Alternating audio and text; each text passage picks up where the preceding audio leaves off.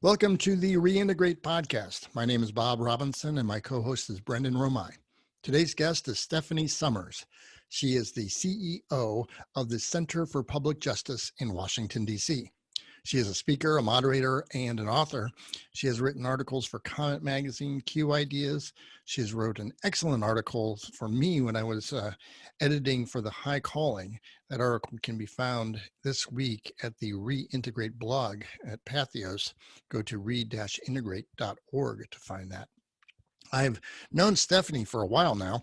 I had the privilege of serving under her leadership when she was a vice president for the CCO, the Coalition for Christian Outreach, about a decade ago. I'm excited to have Stephanie on this episode right before Election Day, because we need to understand what it looks like to be disciples of Jesus and how that affects our politics. She has some great insights to share with us about political discipleship and how Election Day really isn't the end of our political discipleship, but just the beginning. Here's our conversation with Stephanie Summers.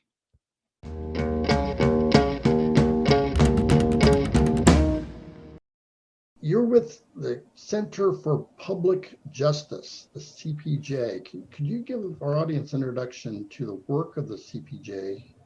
What do you do so they can tap into the resources that the center has? Sure, I'd be happy to. And thanks for having me in this conversation today. It's really a joy. So the Center for Public Justice is a civic education and public policy organization. So let me unpack that.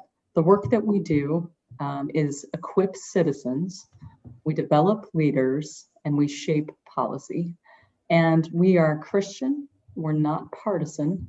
And we do our work through a variety of programs. On the kind of equip citizens civic education side, we do a lot of our work through groups that we help people form called political discipleship groups, which is really a way to help Christians navigate the complexity of entering into what does it mean to be an engaged citizen who is a Christian, who doesn't fit neatly into a partisan spot, who is trying to navigate that in some public way. Folks learn habits that are really important for a lifelong journey of political discipleship. And they also get to maybe critically examine some of the things that have influenced their political thinking that may be more partisan than Christian. And then as they're, kind of examining those things and maybe leaving those behind, adopting some new habits for the future, like discernment or how to understand someone who doesn't think just like you. They work together to identify an issue of concern in their local community, a public policy issue, and then they work on that public policy issue together. They meet with public officials to talk about the issue in their community. And the groups are really diverse, right? They're picking the things that are of most urgent need within their own local context. That's fascinating because so much of politics nowadays is just national. But it seems like we're missing the fact that most politics that affects us the most is what? Local, right? Yes, that's 100% true. And we look often at Washington. In some ways, it's not your fault that we look there, right? Because a lot of what happens in DC is projected out as spectacle, right? So it's captivating, right? It's either entertaining or sort of like blood sport, right? It has this component to it that gets broadcast, right? That's not necessarily all that's happening. There's all kinds of good work that's happening that is not being broadcast except maybe on C-SPAN. But there's so much of what's happening that really affects people's lives, that is being decided at the most local level, right? So sometimes we misplace where we aim our advocacy efforts, as Christians, especially if we have not, paid attention necessarily to, hey, this is actually decided in my local community.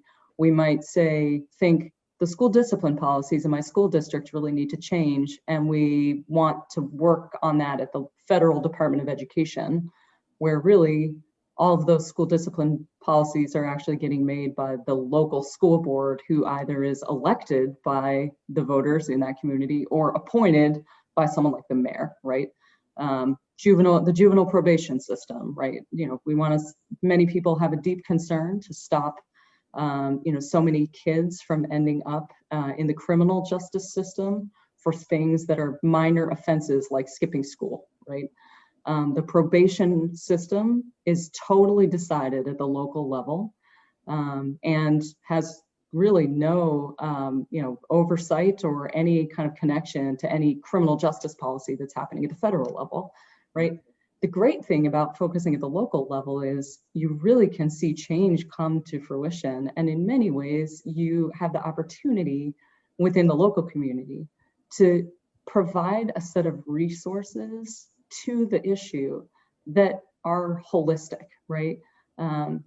Often things that need public policy solutions also need solutions from other institutions in society, right? They need, people have resource needs, they have spiritual needs, they have all kinds of other, things that can be addressed at the most local level. And the opportunity for the people of God within the context of the local church or as tutors in the local school can address a whole bunch of things. At the same time, the local church isn't setting the school discipline policy, right? So we have to wear our citizen hat when we're going and working for better policies, but we can certainly be tutors and help kids learn to read in third grade, which, happens to be one of the most important things to stop a child from getting involved in the criminal justice system, is if they're literate by third grade. So there's all these opportunities, but when we sort of are like totally focused on politics as national, or totally focused on politics as about the president and the presidential election, we miss all these opportunities to really love our neighbors through politics. I just handed in my absentee ballot at our county electoral board, and so I'm filling it out. I'm like, it's just so hard to, I'm like just combing the internet for resources for anybody to talk about any of these local candidates and local issues. Right. Yeah, it's a common problem, right? So there's sort of two things, right? When we think about how we're formed, so this is one of the things that we do with the political discipleship groups, right? With this whole session called Political Autobiographies. And it's designed both to help people reflect on their political formation. It's also designed to help depolarize a group because, really we have this, real challenge that the church has become just as polarized. And clearly that's not Christ's intent. Christ's intent is the unity of the body, right? But somehow we've, kind of adopted, sort of partisanship as a proxy.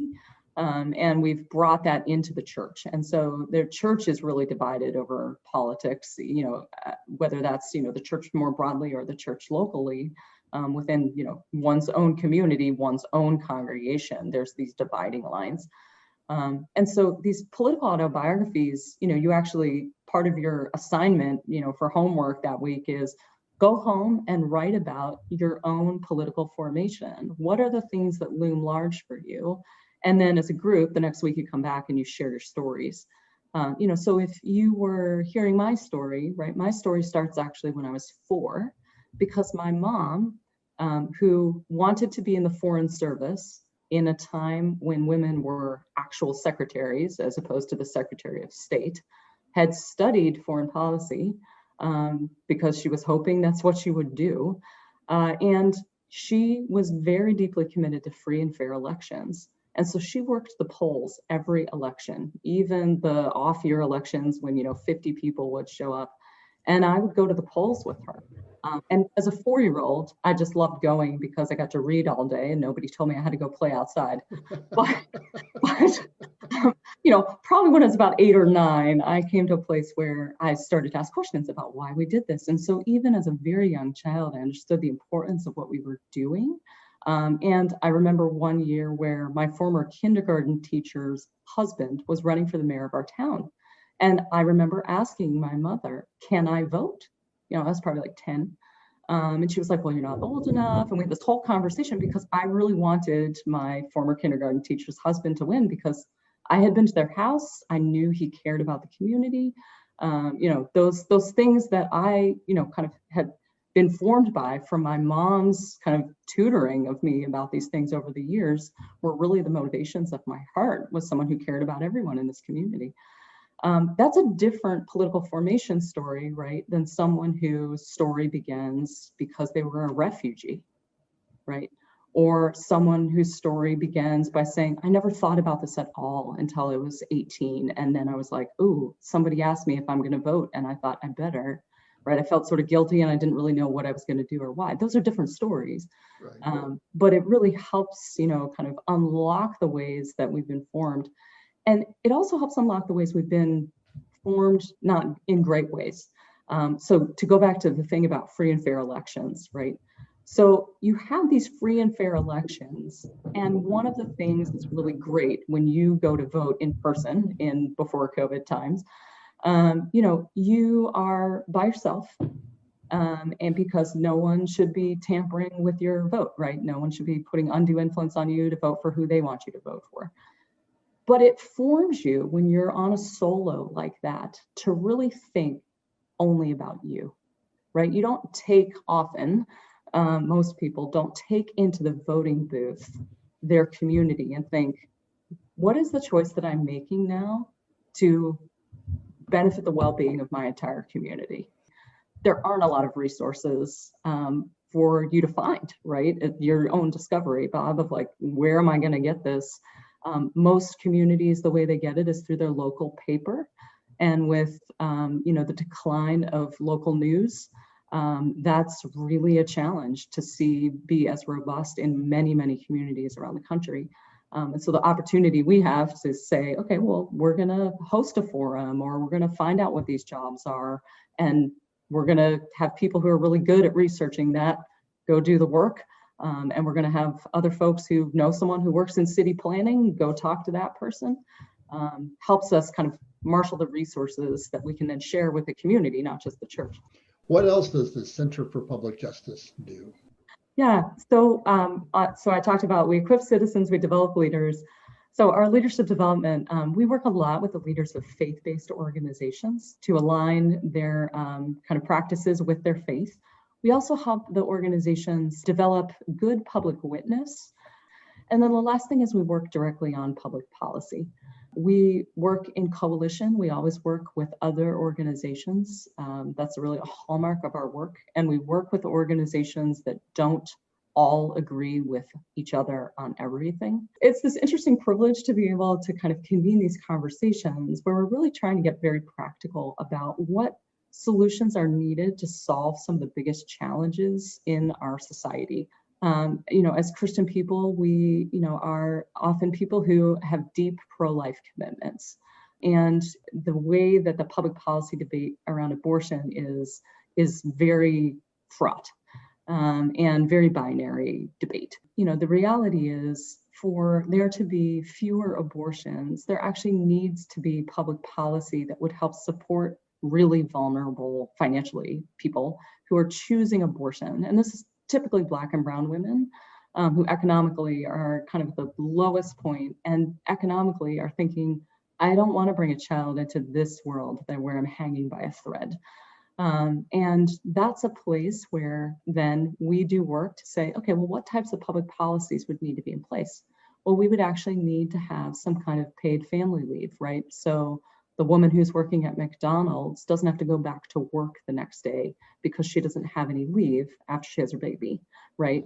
Mm-hmm. An opportunity for moms to actually be able to nurse their children and bond with their baby, have a medical recovery, which takes weeks and weeks and weeks, not 24 hours. Those types of things all lead to better lifetime health outcomes, but they also lead to abortion reduction because there's opportunities in place as opposed to someone thinking, I have to work or I can't do this and I can't have this baby and work. And so, how am I going to make this work? We try to work upstream of those problems. It's hard because, right, most of the way that these public policy challenges get communicated are as binaries. It's either you got to choose this or choose this, right? And most often the solutions are not binary solutions, right? They're actually solutions that are comprehensive, right? They need government to do work. They need civil society institutions to do work. They need families that are strong. They need, jobs. All these pieces, right, need to kind of come together. And so part of, what we're trying to discern in voting, which is only one piece, right? Voting is only one piece of our citizenship, right? And particularly like voting, once every 4 years is one actually very small piece. The president is not the CEO of the nation setting the policy for the whole nation. And so, the challenge we have is that kind of all of our energy gets focused there. And again, understandably, because it is certainly broadcast as spectacle and it matters. It is not of no consequence. But we have all these other opportunities to really invest in thinking about the solutions that need to be there. We don't have, not every person needs to, be focused on every single thing, right? So I'm often at a place where, I'm trying to remind people like focus on like a thing that you can do within the context of your community. Focus on the pressing thing. Your community has a lack of affordable housing or a lack of transportation access, or, has a bunch of payday lenders that are set up in your community that are, essentially set up in neighborhoods to entrap poor people further. Those types of things, choose one of those and work on them together. So it's why even by design with political discipleship, we're trying to help groups like try it and learn some of these habits that you can keep using, any day of the year, not just on election day. It sounds like a lot of politics is working together to do things for the common good. And today's politics seems like anything but that, right? Yes. It's like the political divisions within churches, to the point of I see that person as the enemy because they're in that other tribe, that other camp, and I'm in Right. this camp. So what is a route forward for us as Christians?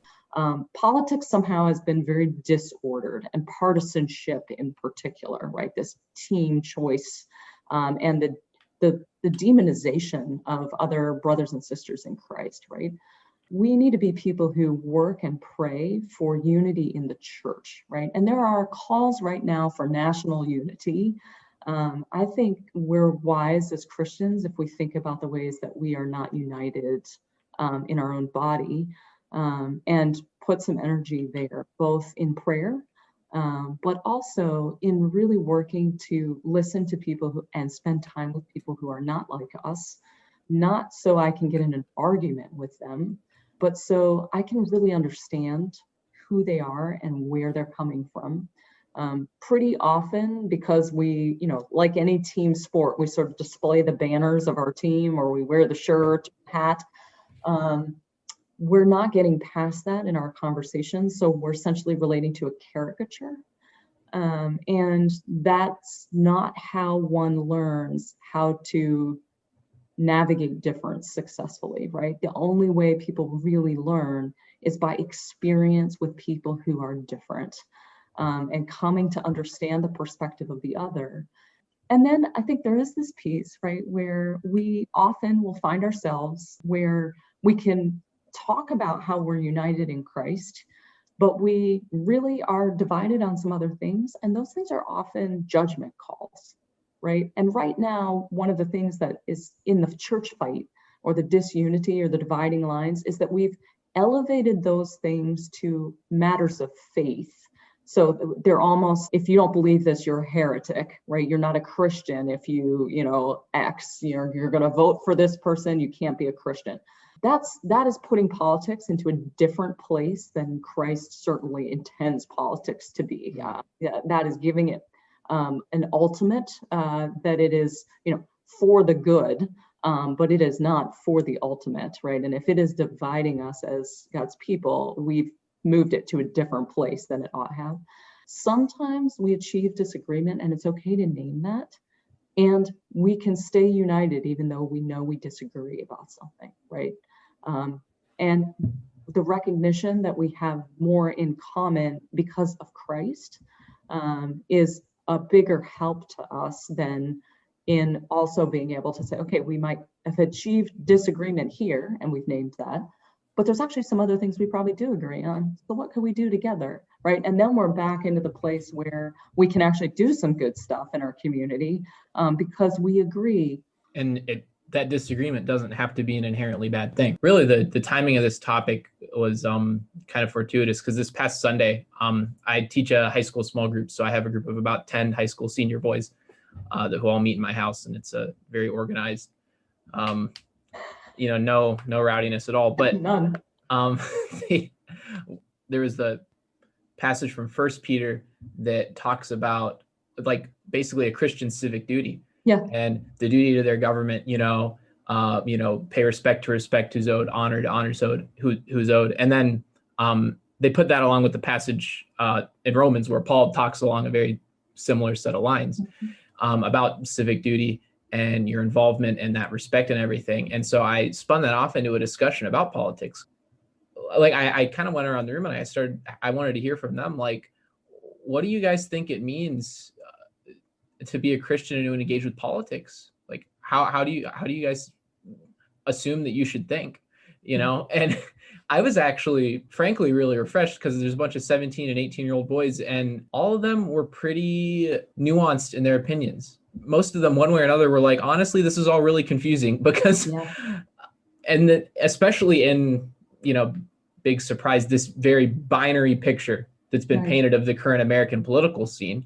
Most of these guys are like, I don't really see Jesus completely in one side or the other side. Mm-hmm. Maybe parts of it, but I don't see, and some of them even talked, we're talking from like family members and people in our church that they were talking to. Some of them were very much, it is your Christian duty to vote for candidate A.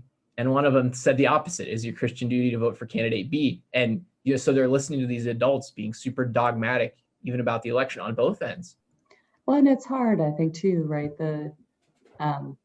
Your students are actually very, very astute in the sense that, they're not going to find Jesus on the ballot. And so you are making decisions that are always going to be proximate, right? That you're looking for the thing that is the closest, right? And you are making decisions when you're voting, with not possibly being able to know all the information, right? And it's part of the, kind of going back to that thing I was talking about with the body, sort of, learning together. It's also an opportunity to be deliberative together, right? And I mean, deliberation is another component that we build into this political discipleship group, in part because we've really lost our ability to do it, right? We are trying to convince each other as opposed to deliberate together about the merits of, all of the possibilities that one should consider, even, beyond maybe the two, have many more things we can consider. And, just from working in these coalitions, I can tell you that quite often, a group that has learned how to deliberate together can actually achieve disagreement as a group, where, you've got a whole group that's committed to a particular issue, but the how the work's going to get done, we really disagree with each other. And we can disagree with each other and make commitments to one another of like, we're going to walk out of this room, we're going to work on these things in different ways, and we're not going to trash each other, right? Because that's not what we do as people in the body of Christ, right? And so we're not going to say, boy, I couldn't persuade Bob to see it my way. Instead, I'm going to hope that, Bob sees it my way because I do think I'm right. But I'm not going to sabotage or trash Bob. I'm going to figure out how we can possibly work together because we care about the same thing. The way to treat each other right, even when we do disagree, and to deliberate through disagreement, and even, being at peace with that disagreement. I think that's something that is uniquely empowered within the Christian frame of mind. because I think if you're truly engaging with politics from the heart of Christ, then you are seeing everyone as a child of God, and you understand the way that person needs to be treated by default, at bare minimum, even if you're furious with them. And it seems like our society, and again, on the right and the left, has just in that area taken a nosedive. But think about why people become incivil. People become uncivil because they aren't being heard, right? And one of the challenges, right, is that we have a lot of issues where people have not been heard. And so the way that that has built over time has led to, a back and forth that basically looks like I'm screaming because I'm trying to be heard and you're not hearing me. It unfortunately just is in this kind of a cycle, and then it becomes kind of vicious in its, okay, now not only are you not listening to me, but you are a bad human being, right? And then it's just kind of a back and forth in that way. That kind of coarsening of the discourse is something that I think can be interrupted. But we have to have people in the room who are willing to say things like, wait, we need to be able to listen, right? That, I think that's the place where, just like any opportunity we ever have to understand someone else who isn't us, like myself, I have to be able to do more listening, right? I have to be able to ask questions. And that is a choice for me to not, be trying to figure out how I'm going to get into the conversation, the point I really want to make. So we were talking a lot about election and our one vote. As my wife and I drove down to the county board of elections, every time I just feel like this really doesn't matter. It's just one vote among the millions. So it doesn't, why do I even bother? But there's more to politics than election day. Yes. What else should we be thinking about? Yes. Oh, absolutely. Great question. So, for me, I like to think about, election day as actually the beginning of opportunity we have to commit ourselves to being more politically engaged than we have been to that moment. And, it's in part because, we view the presidential election as sort of like the end, kind of either I've done my duty or thank goodness that's over and now we'll just, I don't have to think about this again for 4 more years. One of the things that is really an opportunity, right, is thinking about the needs that are in our local communities. If it's possible for you to just not think about public policy or politics, unless it's sort of intervening in your life in a, media way, right? You're encountering it on Facebook, someone says something to you, you see a sign, but your life doesn't feel like it is impacted on a daily basis by the decisions that are being made within your local community, then you're probably not very attuned to the needs in your community. And I'm not saying that to be, I'm saying that as an invitation, not an indictment. But, part of it is tuning into the needs that many people in communities have for justice, that are not the needs that some other members of the community ever experience or have to worry about. And saying, it's not okay if I'm a person who's called to love my neighbor, that I ignore these needs in this community. Now, we don't have to fix every single thing, right? The world's not ours to save, right? But we can love our neighbors through politics, right? We can do things that are going to help have a better set of outcomes because of more just policies in our communities, right? Whether that's a school discipline policy, whether that's a probation reforms, whether that's making sure that